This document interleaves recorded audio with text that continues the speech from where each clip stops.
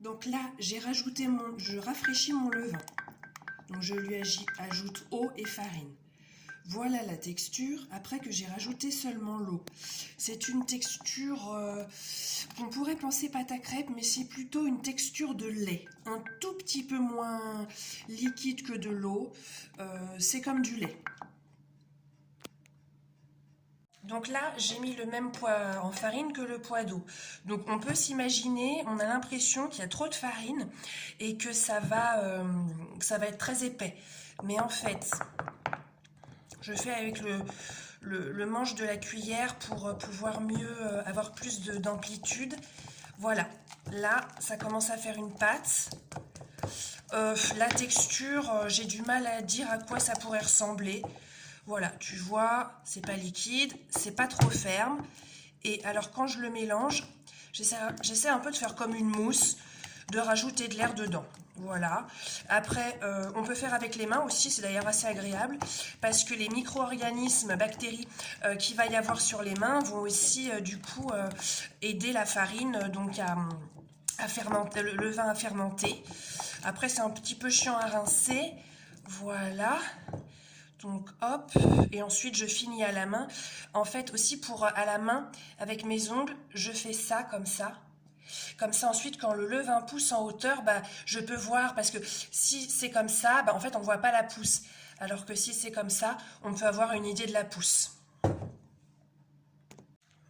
Voilà ce que ça fait. Quand tu penches, ça fait un peu comme ça, mais pas trop. Que voulais-je dire? C'est quand même pas mal d'avoir une petite balance de précision.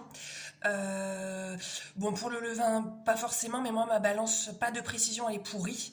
En tout cas, pour faire du pain, la balance de précision, elle permet de doser finement le sel. Ensuite, il y en a qui disent qu'il faut fermer le pot hermétiquement, d'autres qui disent qu'il ne faut pas le fermer hermétiquement. Moi, je mets un petit linge comme ça par-dessus. Un petit linge comme ça par-dessus pour éviter que les moucherons viennent se coller parce qu'ils aiment bien ça. Un petit linge sec, on peut le mouiller, on s'en fout. Et après, je pose comme ça, sans fermer. Du coup, c'est bien d'avoir un pot en verre parce que ça te permet de voir la montée, en fait, l'évolution du levain, qui doit un peu buller, voilà, qui doit bien gonfler. Parfois, ça ne gonfle pas du double. Et en fait, tu vois que le levain est en train de pousser parce qu'il est convexe. Et dès qu'il devient concave, c'est qu'il a faim, quoi. Voilà. Qu'est-ce que je voulais dire d'autre? Ensuite, tu le gardes dans la cuisine, peu importe qu'il fasse chaud, qu'il fasse froid, qu'il y ait des courants d'air. En fait, tout ça, c'est un peu des conneries parce que ça pousse quoi. Donc voilà, ça c'est ton levain. Donc pareil, je vais le faire pousser. Voilà. Ce qui est bien, alors il y en a qui disent qu'il faut laisser décanter l'eau 2 heures avant pour la déchlorer, ce que je faisais au début, mais en fait c'était chiant parce que j'oubliais tout le temps. Ma copine m'a dit, boulangère m'a dit que c'était des conneries, que le levain de toute façon, il faut aussi, pour qu'il soit fort, il faut aussi qu'il s'habitue à des milieux un peu hostiles, quoi. Et que plus il s'habitue à ces milieux hostiles, plus il va être fort du coup. Un peu comme le principe de l'antibiorésistance. Donc voilà, mes farines, elles sont bio. C'est des farines qui sont plutôt riches en protéines, donc riches en gluten et riches en minéraux. Donc des farines, moi je mets jamais en dessous de T80. Voilà, donc des farines bio. Là c'est un mélange de farines, je mets un peu toutes mes farines qui traînent dès que je fais du pain. Donc là je dois avoir du seigle, de l'épeautre et de la T110 ou de la T80. En plus j'aime bien que le levain il a un petit goût quoi, rustique. Voilà. Ah bah voilà, la suite au prochain numéro. Donc là, tu vois, du levain que j'ai fait, donc j'en ai fait un pour moi, un pour toi. Il me reste ça. Je vais pas le garder parce qu'en fait, ça sert à rien. Parce qu'en fait, le levain, comme tu triples son volume, enfin, tu triples son poids et ouais un peu son volume, bah du coup au bout d'un moment tu te retrouves, si tu en jettes pas, tu te retrouves avec tout ça et bah ça sert à rien en fait parce que voilà. Donc puis à chaque fois que tu fais du pain, donc t'en prélèves, tu vois là il fait des bulles, c'est qu'il est pas mal. Donc en fait à chaque fois que tu fais du pain, tu en prélèves et tu le rafraîchis. Donc bon ça voilà, ça sert à rien. Il faut donc pot en verre qui peut se fermer hermétiquement. Donc je vais t'en donner un, comme ça tu n'auras pas à t'équiper, voilà, au moins tu auras déjà ça. Je vais te mettre un petit pot de farine, si jamais tu n'as pas de petit pot de farine. Voilà, donc l'eau chlorée on s'en fout. Moi je mets de l'eau du robinet, si elle est trop froide je la mets un tout petit peu au micro-ondes jusqu'à ce que ce soit vraiment tiède froid, quoi.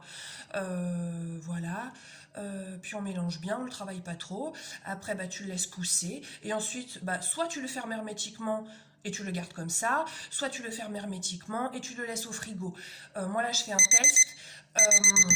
Là je fais un test, il est le mien, j'en ai un autre, donc comme j'en ai deux, je leur donne des noms différents. Comme ça je les identifie. Celui qui est au frigo, ça fait une semaine qu'il pousse et il a l'air de bien se porter, donc là je vais le sortir, je vais laisser le temps de réchauffer et ensuite je lui ferai un rafraîchi et lui je le laisse donc au frigo, mon levain du frigo. Ça me fait faire un test parce que quand tu pars en vacances en fait, ton levain, ben s'il peut pas rester au frigo, ça veut dire qu'il faut que tu l'emportes avec toi pour le rafraîchir ou que tu demandes à quelqu'un de le rafraîchir. Donc voilà. Donc bah voilà, j'ai fait ça. Du coup, que faire? Ben rien. Je t'envoie un peu mon tuto pain quand je referai du pain. Là c'est mon pain une fois qu'il a poussé. Donc il a poussé il était 11 h, depuis 17 h hier, donc 17, 18, 19, 20, 21, 22, 23, 24, plus 11, il a poussé 18 h. 18 h? Ouais, un peu moins. Tu vois, donc je l'ai boulé, fariné. Là, le tissu est fariné. Et tu vois, un peu, il est pas mal. Tu laisses l'empreinte. En fait, ça remonte un peu, mais tu vois quand même ton empreinte. Tu vois? Faut pas que ça reste... si le doigt reste trop profond, bon voilà, j'ai merdé, ça veut dire que le pain a trop poussé. Si tu as du mal à le travailler, qu'il s'étale trop, tu vois, là, il y a une petite bulle, donc c'est il est pas mal. Le four, faut qu'il soit vraiment très chaud. Moi, j'ai préchauffage rapide, mais en fait, là, il a fini de préchauffer, mais je le laisse encore... je l'ai laissé déjà un quart d'heure bien chauffé à l'intérieur pour que les matériaux soient bien tous chauds. Voilà. Donc, en fait, le deuxième temps de pousse, ce qu'on appelle l'après. Donc, moi, je boule. Pendant ce temps-là, je fais préchauffer mon four. Et une fois que le four est chaud, vraiment bien chaud, donc là, je vais rajouter 15 minutes de chaud, et ben je peux le mettre sur la grille. Voilà, je n'ai pas besoin de le laisser 2 heures parce qu'en fait après avec la chaleur il pousse. Voilà, donc voilà.